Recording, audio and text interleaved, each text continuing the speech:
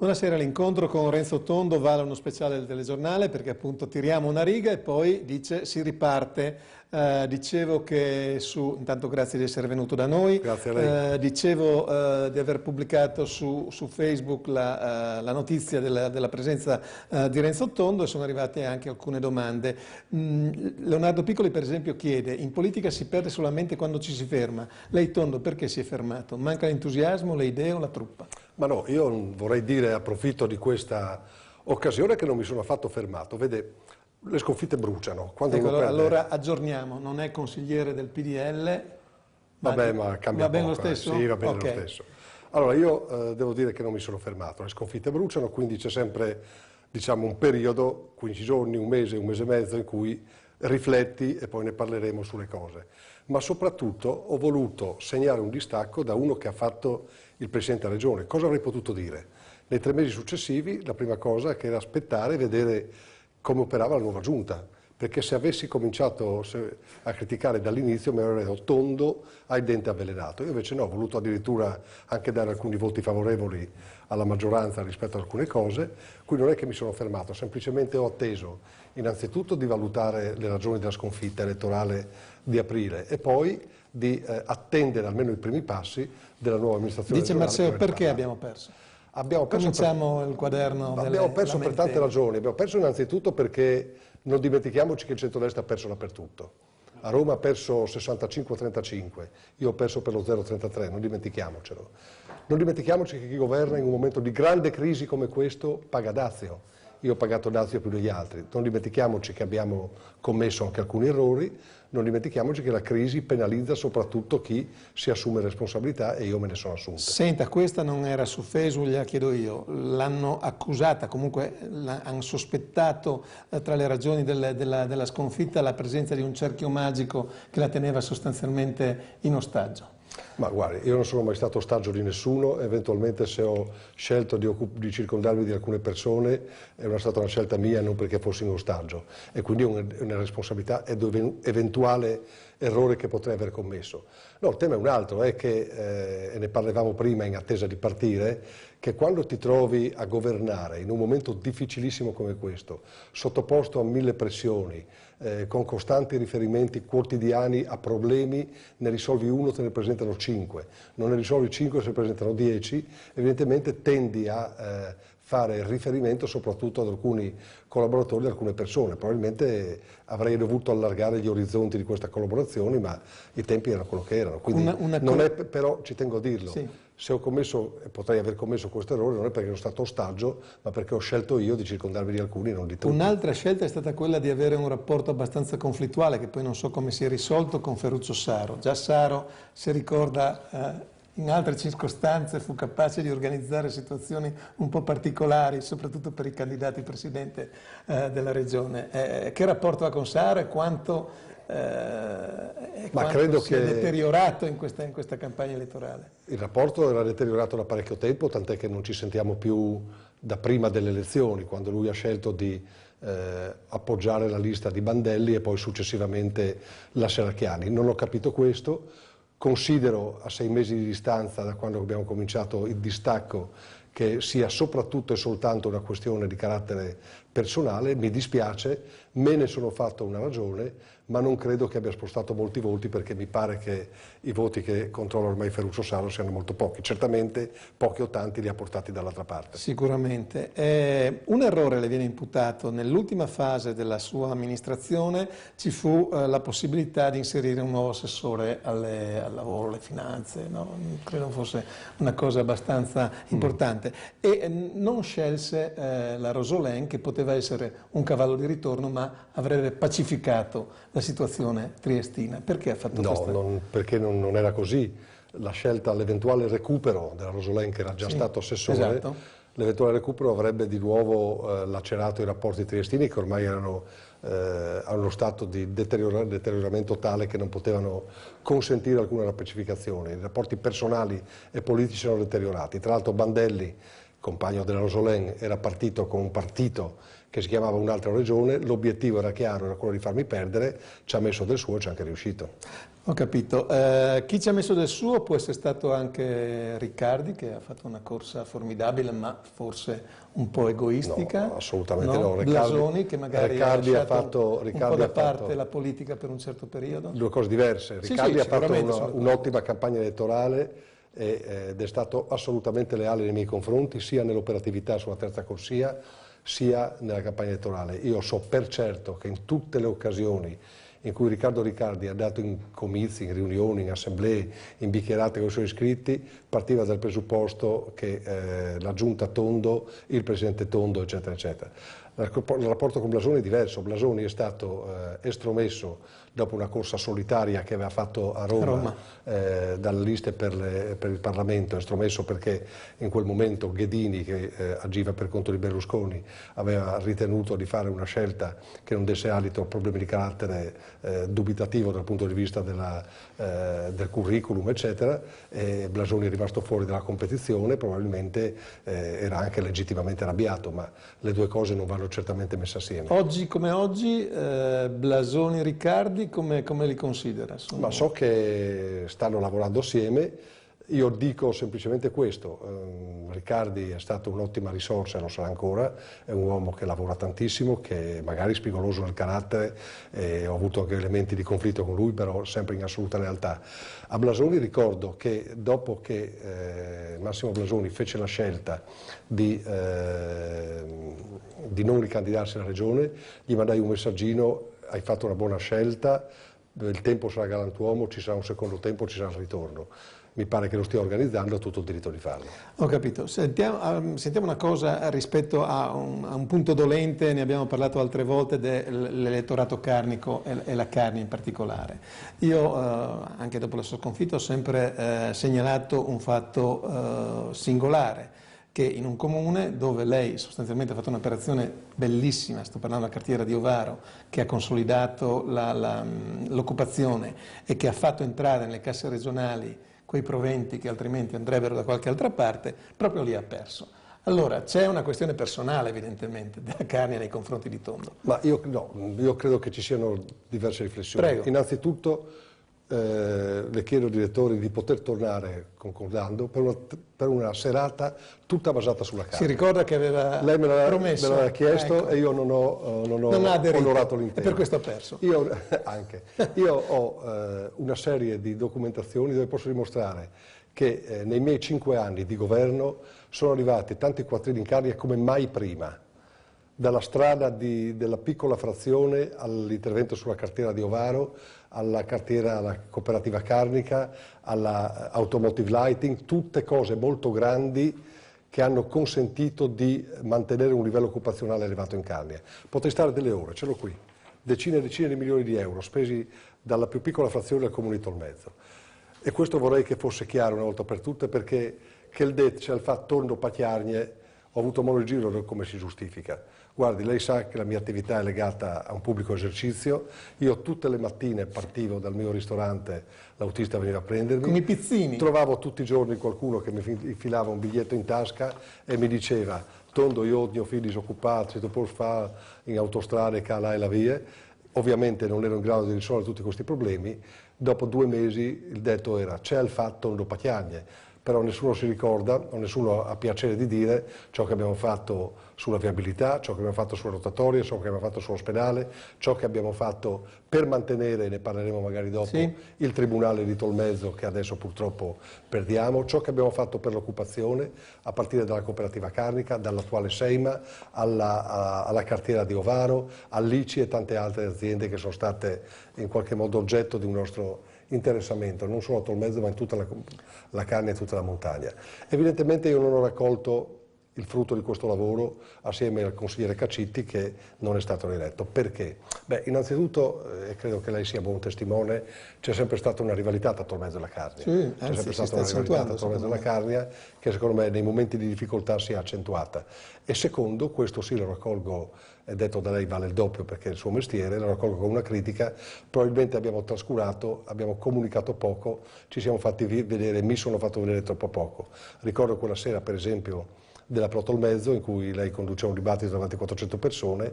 Io non sono venuto all'auditorium, avrei potuto venire a raccogliere anch'io i miei fischi e i miei applausi, ma non è che non sono venuto perché sono andato in gita, non sono venuto perché stavo, mi ricordo quella sera, in palazzo a occuparmi della Mangiarotti di Monfalcone. Un po' questo mio carattere, apparire poco e cercare di lavorare di più.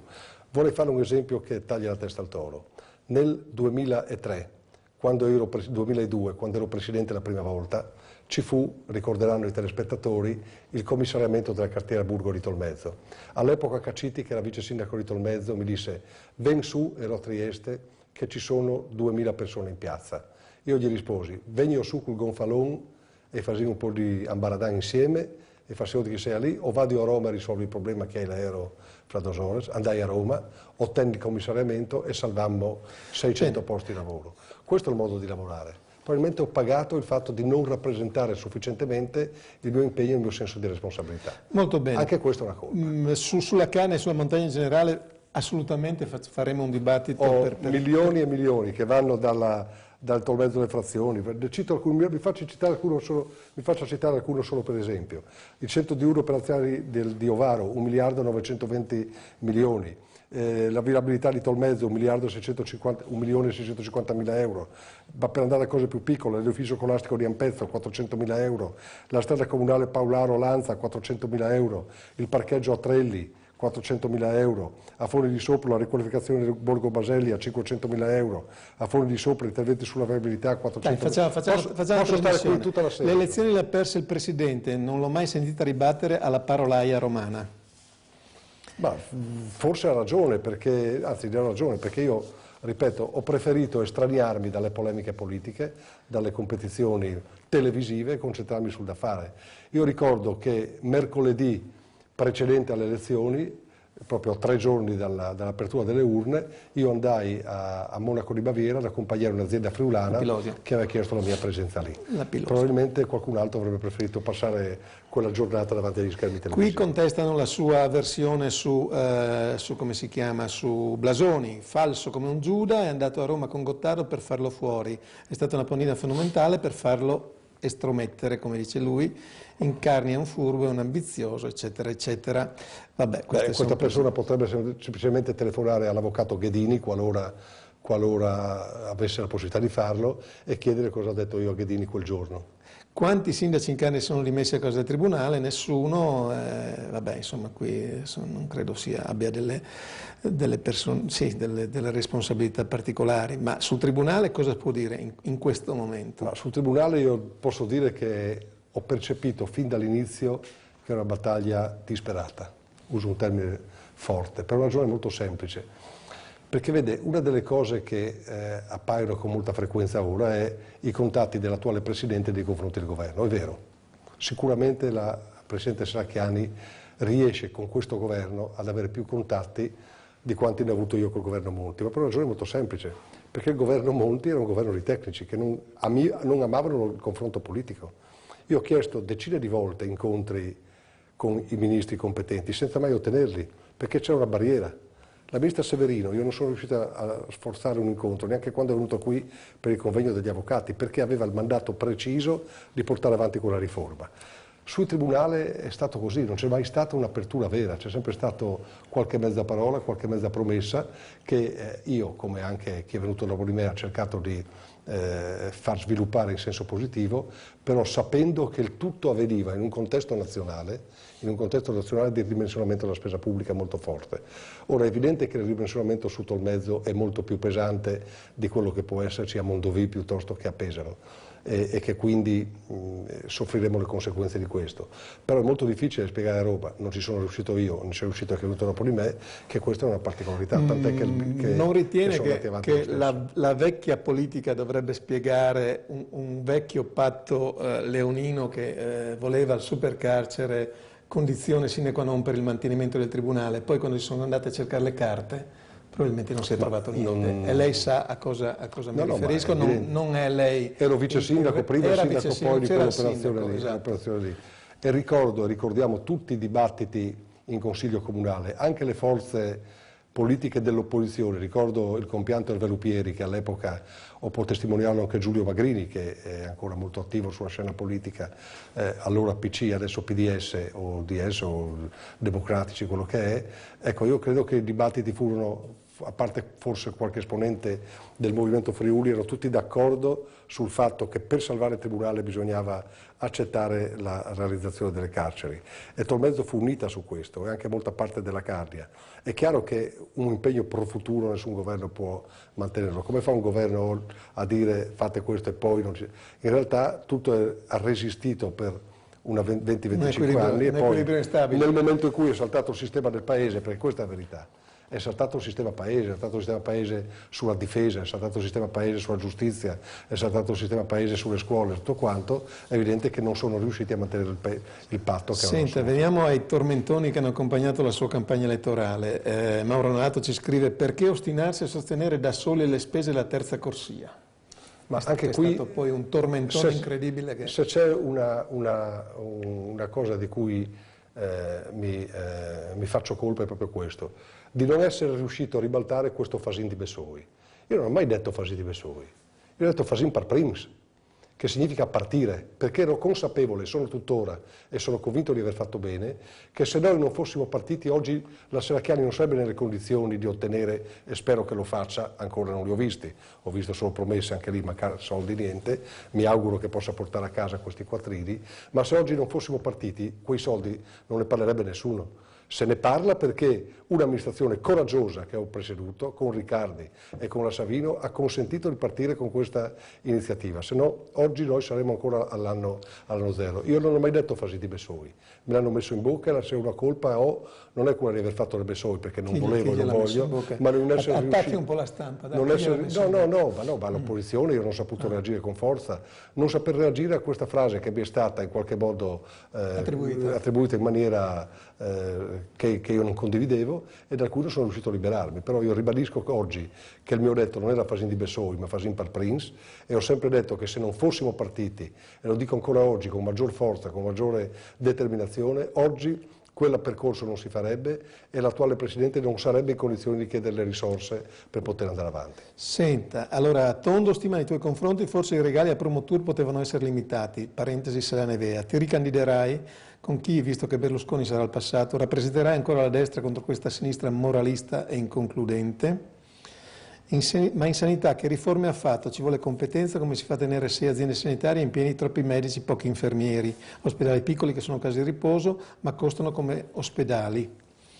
A proposito di occupazione, sull'occupazione vediamo un attimo, qui si parla di INSIEL, ma poi sull'occupazione dedichiamo almeno qualche minuto alla fine. Anche su queste due cose cosa...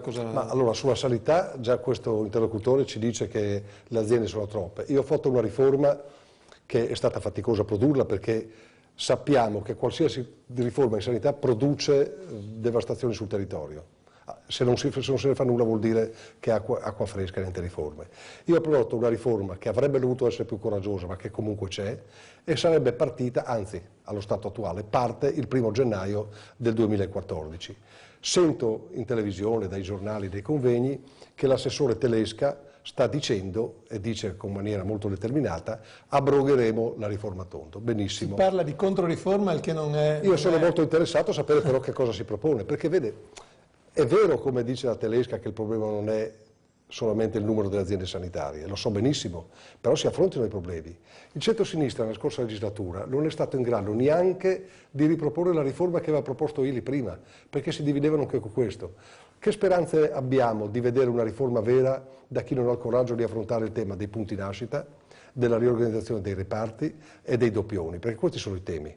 Le risorse per poter continuare a dare servizi si recuperano in questi settori che io ho avuto difficoltà a governare, che commettendo anche lì un errore avevo rinviato al 2014 e col 2014 avrei fatto. Se io ho sbagliato, a maggior ragione sbaglia questa giunta se non affronta questi temi e mi pare che non stia affrontando, perché l'unica cosa che si dice è abrogheremo la riforma Tondo. Ma abroghiamo Tondo per fare che cosa? Senta, questi regali a Promotour che potevano essere limitati, se la nevea, dice, e poi dice ti ricandiderai. Ma allora, io credo di aver fatto il Presidente 2 volte, sono orgoglioso e appagato di averlo fatto, nella mia politica ho fatto di tutto e di più e quindi non mi pongo problemi di questo tipo. Il problema oggi è riorganizzare il centrodestra che ha preso una batosta, che è stato sconfitto anche se di poco, ma le sconfitte poco tanto che sono lasciano comunque i segni. Questa è una comunità che non è di sinistra e la Serracchiani a mio avviso interpreta la parte peggiore della sinistra, la sinistra parolaia, la sinistra inconcludente, la sinistra che Pansa ha descritto come inutile per questo Paese. Ce ne renderemo conto presto e se ne renderanno conto i cittadini. Noi dobbiamo essere pronti a offrire un'alternativa. Io non mi ricandiderò, immagino, alla Presidenza della Regione, non mi interessa questo, potrei fare tante altre cose e potrei anche fare nulla. Ho 4 anni e mezzo davanti per riorganizzare questo centrodestra. Chi vuole continuare a fare la battaglia con me sappia che io ci sono. Senta, mi è venuto in questo momento, lo stavo osservando, si parla tanto di spoil system, ma lei ha messo sempre le persone giuste al posto giusto oppure io quella vecchia storiella di Cristoforo Colombo che va a cercare l'America e chi si imbarcano quelli che fanno la scommessa sostanzialmente, la scommessa è stata vinta, ecco, non ha qualche... Certamente no, gli errori ci sono sempre stati, quando si fanno delle scelte si devono fare in tempi rapidi, si devono fare molto spesso su molte pressioni, si deve anche cedere a compromessi, perché insomma, diciamoci la verità, la vita politica è l'arte del compromesso, tante volte devi anche accettare delle scelte che non condividi o comunque partecipare a percorsi che non condividi per tenere insieme la coalizione, per tenere insieme le persone, per tenere insieme i gruppi organizzati che ti hanno sostenuto, eccetera. Io credo complessivamente di aver fatto delle ottime scelte. La storia secondo me ci dà ragione, questa sarà stata una legislatura del risparmio, oggi se abbiamo ancora una regione solida che può pagare, che ha ancora una sanità, che può dare i soldi ai comuni, lo dobbiamo al fatto che in questi 5 anni abbiamo prodotto un risparmio come pochi altri e una riduzione della spesa pubblica come pochi altri. Credo che su questa strada si debba continuare sulla riduzione della macchina. Io so di aver sbagliato alcune persone, ma complessivamente mi do una sufficienza abbastanza ampia, perché sono molti di più quelli che ho indovinato rispetto a quelli che ho sbagliato. Ho capito. Chiede all'ex Presidente a proposito dell'occupazione cosa ha fatto per le 20 lavoratrici friulane dell'INSIE, adibite alla lettura ottica delle ricette Friuli Venezia Giulia, ed è una cosa che tra l'altro avevamo seguito perché era proprio qui vicino a noi. Lega per piacere il messaggio su INSIE e aggiungo che ad un confronto diretto nel suo ufficio il signor Tondo ci ha risposto: sarete a casa come me e sarò disoccupato anch'io. Non mi sembra di averlo visto all'ufficio di collocamento, questa era per una battuta insomma. Ma no, questo era un tema che riguardava un gruppo di persone, sì, credo di capire, che avevano avuto un contratto che non poteva essere rinnovato, non abbiamo potuto fare diversamente. La lettura mi pare fosse stata spostata a Napoli, una cosa del genere, comunque nel sud Italia. Guardi, probabilmente la persona che fa questa osservazione la fa da un punto di vista personale molto di delusione, posso capire questo. Io però voglio ricordare semplicemente una cosa: quando arrivai alla presidenza della regione nel 2003, l'allora Presidente Ili aveva deciso di vendere INSIE. Noi l'abbiamo tenuta, abbiamo ristrutturata e abbiamo anche aumentato alcuni posti di lavoro, pur cedendo un pezzo di INSIE al mercato, e la cessione si è dimostrata giusta perché a distanza di 3 anni e mezzo dalla cessione di INSIE al mercato tutte le persone trovano ancora occupazione lì. Se poi purtroppo non siamo riusciti a risolvere il problema di una dozzina di persone, io credo che questo sia legittimo lamentarsi da parte dello tenuto, ma ecco, vede, questo è l'esempio classico di chi giustamente si lamenta dal suo punto di vista, ma pone un problema personale rispetto a una serie di problemi generali, come quello che Incarni è venuto a darmi il bigliettino. No? Poi ma un giorno ci dirà chi sono. No, allora, le leggo invece l'altra faccia della medaglia, che è questa. Chiede a Tondo, come chiese invano la Serracchiani, il coraggio di ammettere che è scandaloso continuare a regalare soldi all'INSIE, i cui sistemi informatici indegni non avrebbero speranza di sopravvivenza in un vero mercato libero. Quindi la medaglia, come sempre, un paio di facce. Praticamente la signora di prima diceva come mai non mi avete messo di nuovo insieme, questo qui dice licenziate tutti insieme. Senta, altre domande che sono sul terreno, poi veramente andiamo partendo da Paolaro casomai a parlare della situazione economica. Giovanni Pascolini mi scrive: forse non sapeva l'onorevole Tondo che a Pramolo sarebbe arrivata subito la presidentessa Serracchiani, soprattutto per la presenza proprio della signora De Monte. Omissione o ingenuità politico-amministrativa da parte sua? Guardi, Sapevo benissimo che sarebbe arrivata a Serracchiani, sapevo benissimo che c'era la De Monte e sapevo altrettanto bene che a Pontebba la stragrande maggioranza dei cittadini aveva votato e avrebbero votato il centro-sinistra. Ricordo sommessamente, anche se magari qualcuno penserà che non corrisponde alla verità, che il percorso che ha consentito l'altro giorno di prendere questa delibera alla Serracchiani è un percorso che avevamo iniziato e mantenuto attivo noi, quindi ha raccolto un risultato fatto negli anni e iniziato, diciamo ognuno suo, da Illy. Questo è un percorso che è iniziato da Illy, che ha avuto un percorso lungo attraverso la mia legislatura, con difficoltà di gestione del bando perché a un certo punto sembrava che l'imprenditore fosse sparito, però Riccardo Riccardi, che ha seguito questa cosa, aveva pronta la delibera che non ha potuto essere presa nella scorsa amministrazione, ma è stata presa ora. Ho capito. Quindi nessun merito, Questo se non quello di aver concluso un percorso iniziato da Illy e continuato da me. Sì, tanto per capire il clima carnico, così lo capiscono un po' tutti. Politici tolmezzini, da 50 anni fate politica sotterranea contro le vallate carniche perché volevate che nel tempo i montanari creassero la città di Tolmezzo di 20-30 mila abitanti, ben vi sta, se hanno levato il tribunale, i pecchiaz, non si paghi, in che dica si fasin. Ecco, questo è, come dire, emblematico del rapporto tra Tolmezzo e la Carnia. E stendiamo il solito velo. Penso però anche che sia diffuso ma non maggioritario. No, non è maggioritario, anche perché 20-30 mila abitanti Tolmezzo mi pare anche un po' difficile. Magari. Sì, mi pare un po' difficile. Senta, questo è il Lodovico Nevio Puntin, quindi sa da dove viene. Sul comparto unico perché si è ciecamente affidato a Mareschi e ha rinunciato all'alleanza con comuni e province per compiere insieme la riforma della regione e degli enti locali? Perché il comparto unico è stato un clamoroso errore che è costato ai cittadini 100 milioni di euro. Ecco, questa è una risposta abbastanza secca. Altre domande riguardano, poi entriamo nel discorso dell'economia. Ed è un regalo il comparto unico che ci hanno lasciato Ferruccio Saro e Ceccotti. Sì, l'abbiamo detto altre volte, sì, l'indicazione pare essere esatta. Innovation, perché chiudere Innovation in un momento in cui l'innovazione poteva essere qualcosa di essenziale per trovare soluzioni economiche adeguate? Perché non abbiamo chiuso solo Innovation, ma anche a Trieste, e perché sapevamo, eravamo consapevoli che dovevamo ridurre il debito perché era un mission che abbiamo dato all'inizio della legislatura, abbiamo preferito puntare sulle aree che facciano ricerca anziché sulla grossa manifestazione. Anche qui si legge la dicotomia del modo di essere di Tondo. Anziché fare innovation portando a Udine finestre, vetrine, eccetera, eccetera, abbiamo fatto innovazione quotidianamente nelle aziende, sostenendole nelle scuole e nelle aziende. Non abbiamo fatto la grande fiera, perché la grande fiera costava. Ricordo che quando fece Illy la sua ultima manifestazione a Udine costò credo 1.400.000 euro. Io ricordo la sua autodefinizione di buon padre di famiglia, di agire come un buon padre di famiglia. Ricordo anche che batté al tempo mercati, mercatini, contrade, paesini, eccetera, eccetera. Non l'abbiamo detto all'inizio, però questa cosa nell'ultima fase della campagna elettorale non c'è stata da parte sua. Ma sa, diciamo che non c'è stata, no? No, perché appunto diceva non la grande manifestazione ma la cosa concreta. No, ecco. però devo dire che la campagna elettorale per chi è Presidente paradossalmente in un momento come questo è più difficile perché il Presidente continua a governare. Le dico solo un dato, negli ultimi 2 mesi io ho fatto 9 riunioni di giunta. Ecco, io credo che molti altri avrebbero probabilmente delegato al vicepresidente e sarebbero andati in giro per il territorio. Io, probabilmente sbagliando, anzi a questo punto certamente sbagliando, ho preferito fare il mio dovere, restare nell'ufficio a lavorare, ad affrontare i problemi come quello della Pilosio di andare mercoledì prima delle elezioni a Monaco anziché stare in campagna elettorale, ma tante altre cose. Io ho incontrato gente in ufficio che mi poneva problemi, imprenditori, amministratori eccetera, fino all'ultimo giorno. Probabilmente avrei dovuto scendere più nei mercati, questo sì.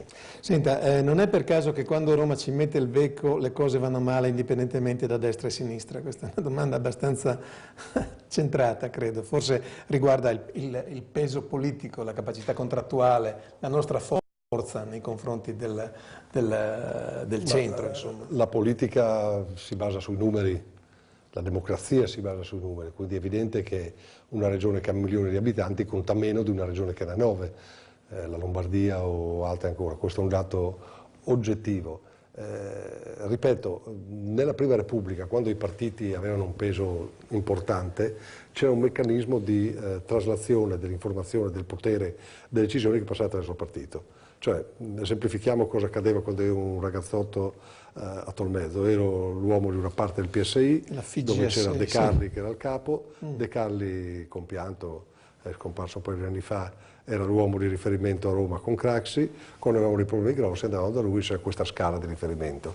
Questa scala è mancata, giusta o sbagliata che fosse, è mancata via via col tempo ed è stata letteralmente azzerata dal governo Monti, perché tu non parlavi con i partiti, non esistevano i partiti, quindi non sapevi dove andare. Adesso si è ripreso, credo che la Presidente attuale abbia, per il suo ruolo all'interno del PD, più possibilità di arrivare a quei contatti, ma che sono contatti di carattere partitico soprattutto. Ecco, siamo arrivati alla questione centrale poi alla fine, perché sì, tante cose era giusto sapere e saperle direttamente da Renzo Tondo, ma la questione resta sempre quella molto delicata della situazione economica e occupazionale. Ne parlavamo qualche giorno fa, partiva da Paularo. Come dire, un giacimento di braccia per l'edilizia e di capacità, di conoscenze per l'edilizia che si trova praticamente azzerata. E se partiamo da lì poi possiamo guardare a tutto il resto.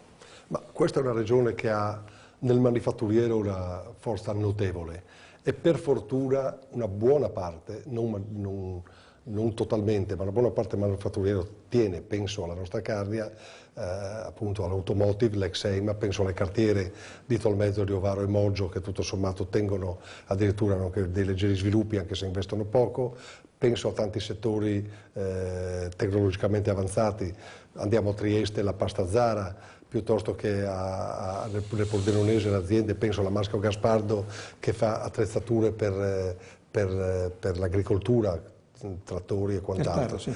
Queste cose tengono. Chi è entrato fondamentalmente in crisi in questo periodo? È entrato in crisi da un lato l'edilizia. Tutto ciò che ruotava attorno all'edilizia e alle opere pubbliche è in crisi perché si fanno meno opere pubbliche, ci sono meno risorse e per fortuna che abbiamo avviato tanti cantieri in questi anni, ma è crollata anche l'edilizia privata. Tant'è vero che oggi basta comprare un giornale la domenica e trovi un inserto che è più grande del giornale di vende si affittasi, vende si affittasi. Questo ha generato una disoccupazione in questo settore. L'altro settore che ha generato disoccupazione o che sta generando è l'arretramento della macchina pubblica, cioè lo Stato che chiude caserme, che chiude tribunali, che arretra rispetto ai servizi che dà ai cittadini, toglie evidentemente possibilità di posti di lavoro. Bisogna agire soprattutto su questi, rafforzando da un lato il manifatturiero che tiene, investire su chi è forte. Paradossalmente dobbiamo aiutare chi regge perché possa creare ancora più posti di lavoro e dall'altra creare, credo, un volano che sia in grado da un lato di sopperire con i servizi, penso al turismo, alla mancanza di posti di lavoro nel settore pubblico e che possa sopperire con un grande piano di intervento, di ristrutturazioni sul patrimonio edilizio esistente per rimettere in moto l'edilizia. Non penso più a grandissime costruzioni, a grandi interventi privati, ai grandi villaggi, ai grandi condomini eccetera, ma penso a un piano di ristrutturazione in cui il pubblico e anche il sistema finanziario, creditizio, privato e pubblico e privato, oggi abbiamo avuto un incontro importante in commissione sia con Mediocredito che col FRI e con Friulia, possa intervenire a sostegno di uno sviluppo dell'edilizia anche privata, perché è un comparto che oggi è fortemente in crisi e che genera a sua volta posti di lavoro in molti settori, in molte Cosa pensa dell'imprenditoria privata friulana? Ma io credo che ci siano delle eccellenze straordinarie, gente che ha esportato all'estero. Non lasci stare le eccellenze, mediamente. E l'atteggiamento nei confronti della regione che ha l'imprenditoria? Ma l'imprenditore in genere si aspetta sempre un intervento pubblico, però sono passati quei tempi. Ciò che la regione e anzi il sistema pubblico non riesce a dare è la rupture con la democrazia, con la burocrazia. Cioè io stesso nel mio privato sono un piccolo imprenditore, mi rendo conto di quanto oggi un sistema burocratico fatto di un eccesso di controlli, di un eccesso di certificazioni, di autocertificazioni, di DURP, di casellari, eccetera, ingessi sostanzialmente l'iniziativa privata. Mi trovo ogni giorno di più qualcuno che mi dice io chiudo oppure io non parto da nessuna parte perché qui solo per partire devi tirare fuori una barca di soldi. Ecco, io credo che in un momento in cui noi non riusciamo a garantire maggiori risorse al sistema delle imprese, però dobbiamo assolutamente fare uno sforzo terribile dal punto di vista della sburocratizzazione e su questo si deve cominciare una battaglia forte con Roma, perché a Roma non la capiscono. Dobbiamo renderla possibile soprattutto in una zona come questa, dove la concorrenza con l'estero, penso alla Carinzia, penso alla Slovenia, è molto forte. Senta, lei non se ne sarà accorto, ma abbiamo già sforato di 4 minuti, allora le leggo 4 messaggini che mi paiono tutti e 4 molto significativi. Allora, Serracchiani raccoglie i frutti di anni di serio lavoro di Tondo, Presidente aspetti perché i frutti finiranno e tutti capiranno cosa abbiamo perso, questo è il primo.